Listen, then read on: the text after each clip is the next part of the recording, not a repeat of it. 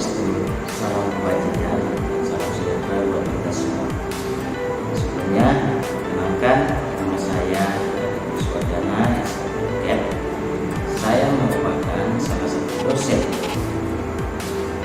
program studi profesi nars 3 Santri Persada Mamuju. Spesifikasi saya adalah bidang perawatan komunitas, perawatan keluarga, dan perawatan pendidik. Pada kesempatan kali ini, izinkan saya untuk menyampaikan pernyataan diri dosen petunjuk kerja Dharma Perguruan Tinggi atau PDD KTPT bidang pengajaran. Adapun tujuan dan pemaparan ini adalah sebagai salah satu syarat untuk mengikuti sertifikasi dosen tahun 2022. Nah, sebelumnya izinkan saya untuk sedikit bercerita tentang latar pendidikan saya. Pada tahun 2012, saya lulus pendidikan S1 perawatan di Setia Sandi Persada Mamuju. Kemudian di tahun 2017 saya menempuh pendidikan S2 perawatan di Universitas Airlangga Surabaya hingga tahun 2019 saya lulus dan bekerja di Setia Sandi Persada sebagai dosen. Pada kesempatan kali ini, izinkan saya menjabarkan mengenai salah satu mata kuliah yang saya ampuh, yakni perawatan komunitas 1, di mana pemaparan saya ini mencakup prinsip DEI atau Delivery, Interaction, dan Assessment. Pada aspek delivery, saya akan menjelaskan gambaran umum mata kuliah yang meliputi deskripsi mata kuliah, capaian pembelajaran, bahan kajian, dan sumber referensi yang saya gunakan. Sedangkan pada aspek interaction, saya akan menjelaskan bagaimana saya menjalin interaksi dengan mahasiswa selama proses perkuliahan, meliputi metode perkuliahan dan metode pembelajaran yang diterapkan. Sedangkan pada aspek asesmen, saya akan menjelaskan bagaimana saya mengukur pencapaian kompetensi dari mata kuliah perawatan komunitas 1 yang saya ampuh, meliputi metode evaluasi yang saya terapkan untuk mengukur pencapaian kompetensi mata kuliah tersebut. Baiklah, saya akan menjelaskan secara singkat deskripsi mata kuliah perawatan komunitas 1. Mata kuliah perawatan komunitas 1 ini merupakan mata kuliah wajib yang harus ditempuh oleh mahasiswa pada semester genap atau di semester 4. Adapun bobot SKS pada mata kuliah perawatan komunitas ini atau keperawatan komunitas 1 adalah 4 SKS, diantaranya terdiri dari 3 SKS teori dan 1 SKS praktikum. Mata kuliah keperawatan komunitas 1 ini diampuh secara tim yang terdiri dari 3 orang tim teaching. Sedangkan rencana pembelajaran semester yang disusun berdasarkan pada kurikulum inti AIPNI. Secara singkat, fokus mata kuliah perawatan komunitas 1 ini membahas 3 aspek utama, diantaranya tentang 1. Konsep dasar kesehatan dan keperawatan komunitas. 2. Program-program kesehatan atau kebijakan pemerintah dalam menanggulangi masalah kesehatan prioritas di Indonesia. Dan yang ketiga, asuhan keperawatan komunitas dan pembahasan yang terkait isu dan kecenderungan masalah kesehatan komunitas. Mata kuliah ini berguna dalam memahami konsep dasar keperawatan komunitas dan berbagai area khusus dalam keperawatan komunitas, terutama terkait dengan masalah kesehatan yang masih terjadi di Indonesia, dan memahami mekanisme jaminan layanan keperawatan komunitas serta isu kecenderungan yang terjadi dan atau sebagai prasyarat untuk mengikuti mata kuliah keperawatan komunitas 2. Adapun capaian pembelajaran pada mata kuliah keperawatan komunitas 1 ini, setelah mengikuti proses pembelajaran pada mata kuliah ini, diharapkan mahasiswa memiliki 6 dasar kompetensi, diantaranya 1. Mahasiswa mampu menjelaskan pengantar kesehatan komunitas. 2.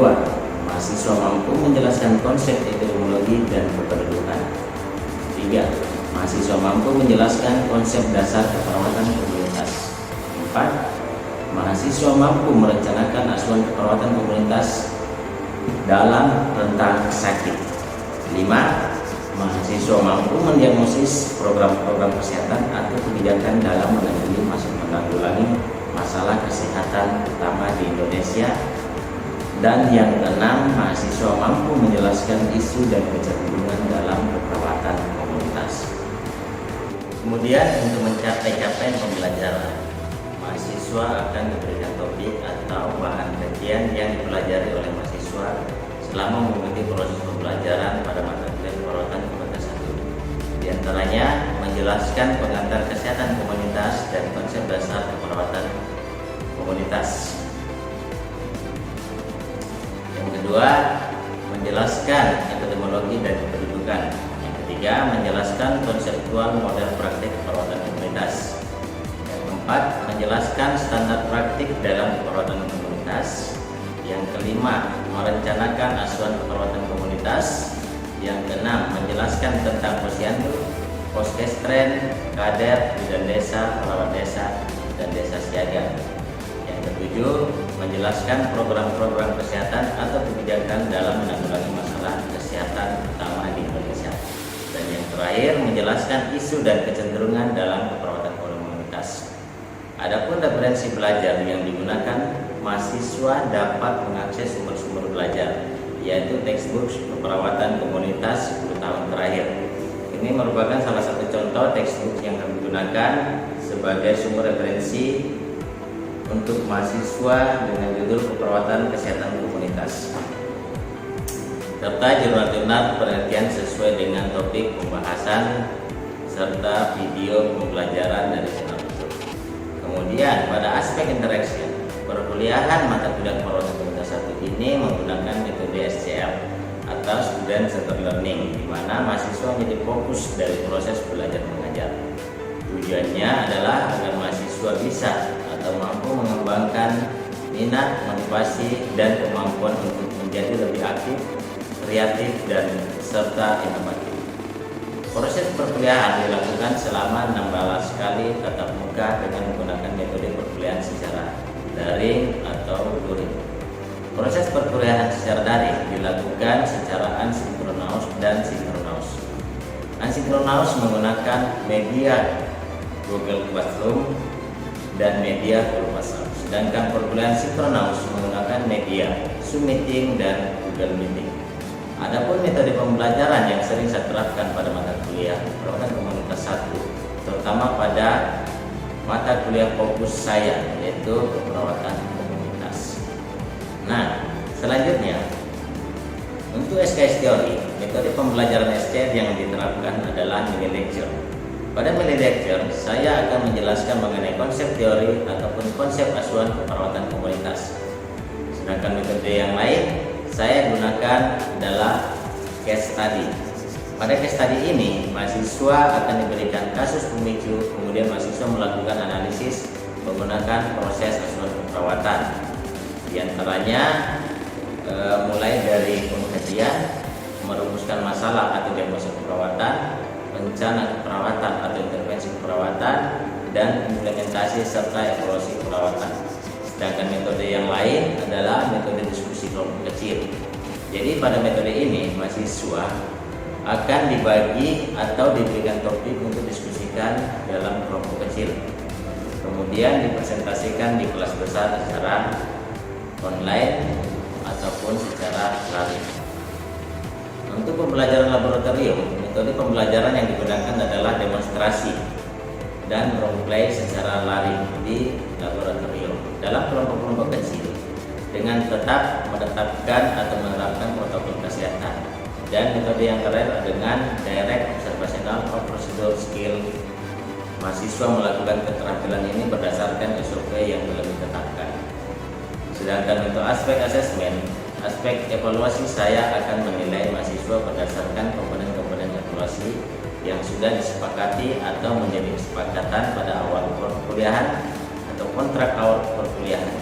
Jadi mahasiswa sudah mengetahui komponen evaluasi apa saja yang menjadi penilaian dari perkuliahan keperawatan pada saat itu. Komponen evaluasi tersebut adalah komponen kehadiran sebanyak 5%, tugas individu 10%, tugas kelompok 15%, ujian tengah semester 35%, dan ujian akhir semester 35%. Penilaian tugas-tugas tersebut berdasarkan rubrik penilaian yang telah disepakati dan dilampirkan rencana pembelajaran semester. Berikut saya akan menampilkan salah satu contoh video pembelajaran mata kuliah keperawatan komoditas 1.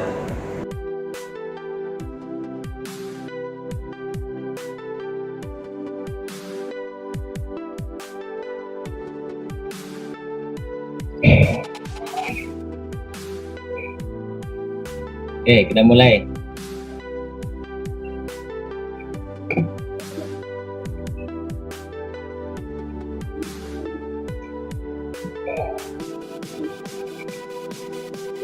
Baik, Assalamualaikum warahmatullahi wabarakatuh. Waalaikumsalam warahmatullahi wabarakatuh.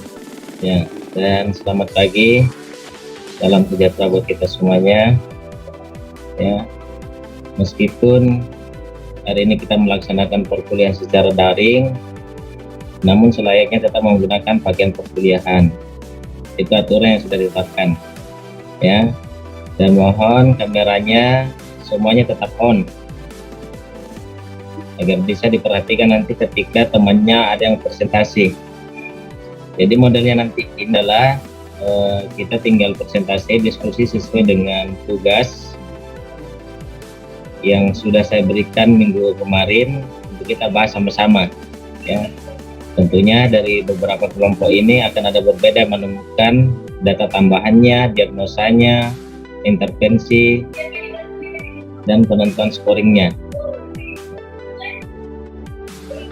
Ya, selanjutnya saya persilakan dari kelompok yang sudah siap untuk mempresentasikan masing-masing tugasnya. Kalaupun memang mereka berbeda tempat, silakan satu orang yang mempresentasikan, teman kelompoknya memperhatikan, menyimak, yang lainnya juga harap menyimak. Ya, modelnya kita sini diskusi. Saya tidak terlalu banyak memberikan komentar, namun dari kalian-kalian semuanya memberikan komentar, memberikan masukan apakah sudah sesuai dalam penyusunannya, dalam penentuan kasusnya, baik secara penentuan tambahan datanya dari data subjek, objek, ya, intervensi, penentuan scoring, sampai dengan intervensi, penyusunan intervensinya. Gitu. Jadi sekali lagi saya mohon ya tetap diperhatikan, disimak dengan baik-baik. Jadi kalau yang kameranya tidak on, saya nyatakan tidak hadir. Nah, jadi kalau kameranya yang on, saya lihat wajahnya berarti dia hadir. Tapi kalau meskipun dia join namun tidak on untuk kameranya, saya nyatakan tetap tidak hadir. Ya. Karena jangan sampai HP-nya disimpan, orangnya tidak tahu kemana. Ya. Oke. Saya mempersilakan dari teman-teman yang sudah siap untuk mempresentasikan hasil diskusinya dari teman-temannya. Oke, jadi ini ya ada 5 tugas. Yang kelima ini kan presentasikan, jadi ada 4 nih yang akan harus buat. Yang pertama ini kita lengkapi data yang diperlukan untuk merumuskan kemungkinan diagnosa perawatan pada kasus di atas. Selanjutnya kita merumuskan diagnosa, membuat scoring, baru penentuan rencana intervensi. Ya, jadi kita buat scoring dulu, baru menyusun rencana intervensi. Jadi kita lengkapi dulu datanya, baik data subjek dan objeknya. Kita merumuskan diagnosa perawatan keluarganya, baru kita membuat scoring, baru kita menyusun intervensi. Ya. Oke, silakan Ibra, moderator Ibra, buka acaranya Mitra. Ibra.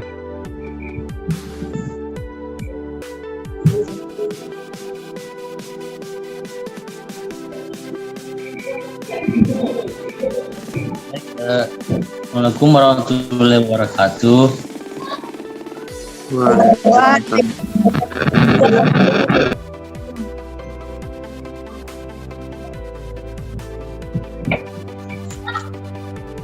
Perkenalkan kami dari kelompok 2 ini mempresentasikan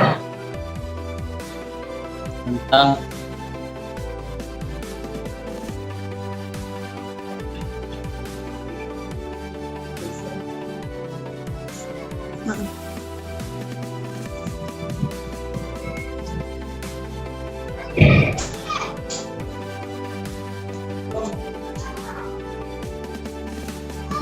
Oke, langsung saja kita akan dibawakan oleh saudara Marani untuk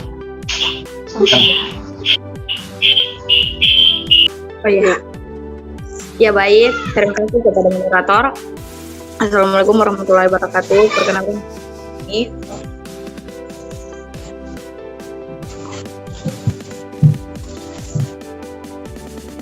Saya dari kelompok 2. Asuhan keperawatan keluarga pasangan baru. Bapak K dengan usia 35 tahun dengan istrinya Ibu L dengan usia 32 tahun menikah 10 bulan yang lalu. Ibu D bekerja di sebuah perusahaan sebagai kasir sehingga hari pulang malam. Saat ini, Bapak K mengatakan keberatan dengan kesibukan istrinya karena waktu komunikasi keluarga sangat kurang. Bapak K sangat mengharapkan segera punya anak karena usia keluarga sudah di atas 30 tahun. Ibu D pulang kerja lalu mengatakan dari data subjek, klien mengatakan keberatan dengan kesibukan istrinya. Data objek, yang pertama, tidak memenuhi kebutuhan anggota keluarga. Yang kedua, mengabaikan anggota keluarga. Adapun diagnosa keperawatan, risiko distres spiritual. baru sampai diagnosa di mana tadi kasus pemicu pertama nih, risiko distres spiritual. Sekarang intervensinya. Intervensi keperawatan.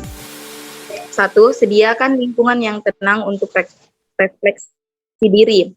2. Fasilitasi mengidentifikasi masalah spiritual.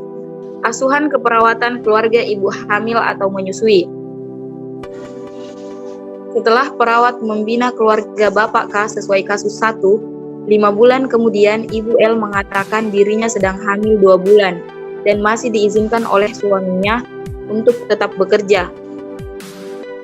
Ibu L mengeluh mual sehingga malas untuk makan. Hanya senang makan rujak dengan buah yang asam-asam. Ibu L juga mengatakan sering muntah jika kena sinar matahari. Kondisi ini menyebabkan Ibu L tidak keluar kantor pada jam istirahat makan siang, sehingga Ibu L hanya memilih makanan ringan.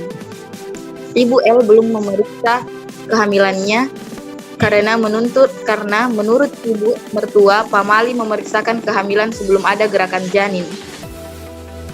Data subjek, klien mengatakan mual. Data objek, tampak lemas.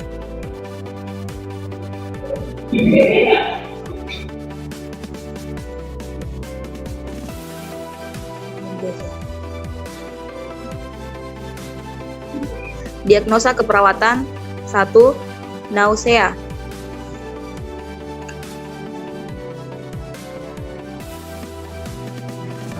Intervensi keperawatan. 1. Identifikasi dampak mual terhadap kualitas hidup. Misal, nafsu makan, aktivitas kinerja, tanggung jawab peran, dan tidur. 2. Identifikasi faktor penyebab mual. 3. Anjurkan istirahat dan tidur yang cukup. 4. Kolaborasi pemberian antiemetik. Kasus pemicu 3. Asuhan keperawatan keluarga balita. Keluarga Bapak S mempunyai anak X 2 tahun.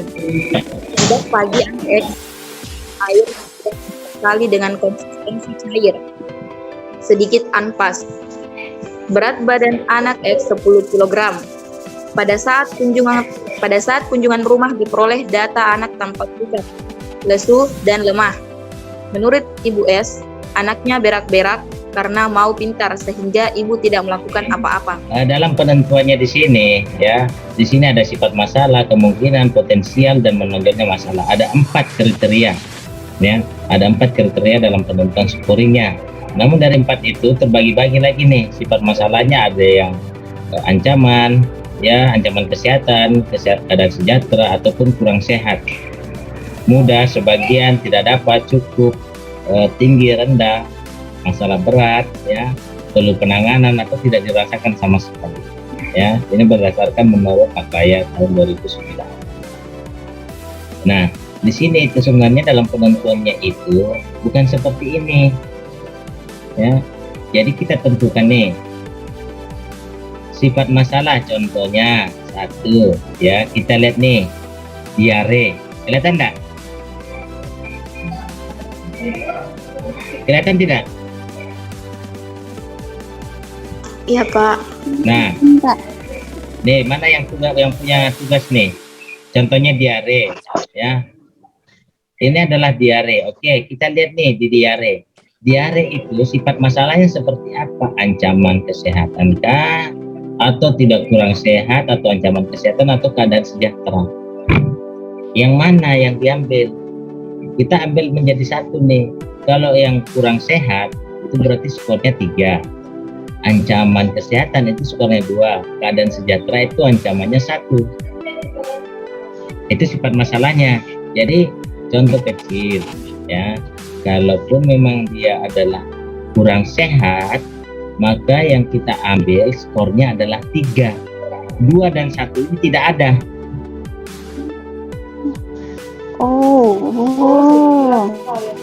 Begitu, ya. 2 dan 1 ini tidak ada. Karena kenapa? Karena jelas sifat masalahnya di sini adalah tidak atau kurang sehat, sudah jelas. Orang diare adalah kurang sehat. Jadi di ancamannya sifat masalahnya di sini dengan skala kurang sehat, maka skornya adalah 3. Bobotnya ini tidak bisa diganggu-gugat. Memang bobotnya seperti ini rumusnya. Kalau yang ini kita yang menentukan. Berarti dia kurang sehat, berarti skornya adalah 3. Ya, 3 dikali 1 sama dengan 3. Maka skornya adalah 3. Iya, Pak. Nah, selanjutnya kemungkinan masalah dapat diubah nih. Kita lihat, kalau diare kita dapat ubah enggak nih? Mudah, sebagian, atau tidak dapat? Oh, sepertinya kalau orang diare kita bisa mengubahnya sebagian. Berarti adalah skornya 1. Ya, bobotnya 2, berarti 1 dikali 2 sama dengan 2. 1 kali 2. Ya enggak? Nah, potensi masalah untuk dicegah. Oh, kalau orang diare bisa nih kita cegah nih. Berapa potensinya? Sangat tinggi, cukup, atau rendah? Oh, kita tentukan potensi untuk dicegahnya di sini. Potensi masalah untuk dicegah itu cukup tinggi. Kita berikan nilai 3. Berarti 3 dikali 1 sama dengan 3 scoringnya. Menonjolnya masalahnya di sini berat, segera harus segera ditangani. Ya, harus segera, berarti nilainya 2, atau ditangani masalah tetapi tidak perlu ditangani, itu nilainya 1. Masalah tidak dirasakan, kita tentukan, oh masalahnya berat dan harus segera ditangani, maka nilainya adalah skornya adalah 2. 2 dikali 1 sama dengan 2. Bertambah nih, 3 ditambah 2 ditambah 3 ditambah 2, berapa jumlah skor semua? Itu, ya, ini baru 1 diagnosa. Nah, kalau seandainya kita tulis ada 2 diagnosa, salah satunya nih nausea, ya, berarti ada 3 diagnosa. Di diagnosa diare itu kita sudah dapat nih skornya berapa? Ada 10. Ya enggak? Loh, berarti 10 skornya. Nah, di nausea ancamannya gimana sifat masalahnya? Sifat masalahnya di sini adalah ancaman kesehatan, berarti 2. Ya, kemungkinan masalah dapat diubah itu sebagian. Berarti 1 kali 2 ya 2. Contohnya atau tidak dapat diubah nih, nilainya 0. Berarti 0 dikali 2 sama dengan 0. Ya, berarti di sini 2 kali 1 sama dengan 2. Nah, potensi masalah untuk dicegah nih cukup, berarti dua dikali satu dua. Menurut saya ada masalah tetapi tidak perlu terlalu ditangani, berarti satu. Berarti berapa jumlah dari scoring ini semuanya kita jumlahkan, maka kita lihat mana jumlah scoring yang paling tinggi, maka itulah masalah pertama yang harus kita selesaikan lebih dahulu.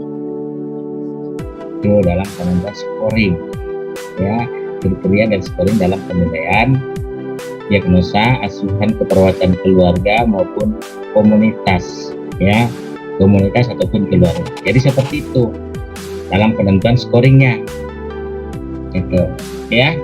Terima kasih. Assalamualaikum warahmatullahi wabarakatuh dan selamat siang. Selamat mengerjakan tugas. Terima kasih, Pak. Demikianlah edukasi saya dalam bidang pengajaran. Semoga apa yang saya sampaikan pada kesempatan kali ini dapat bermanfaat dan berguna bagi teman-teman, dan sampai jumpa di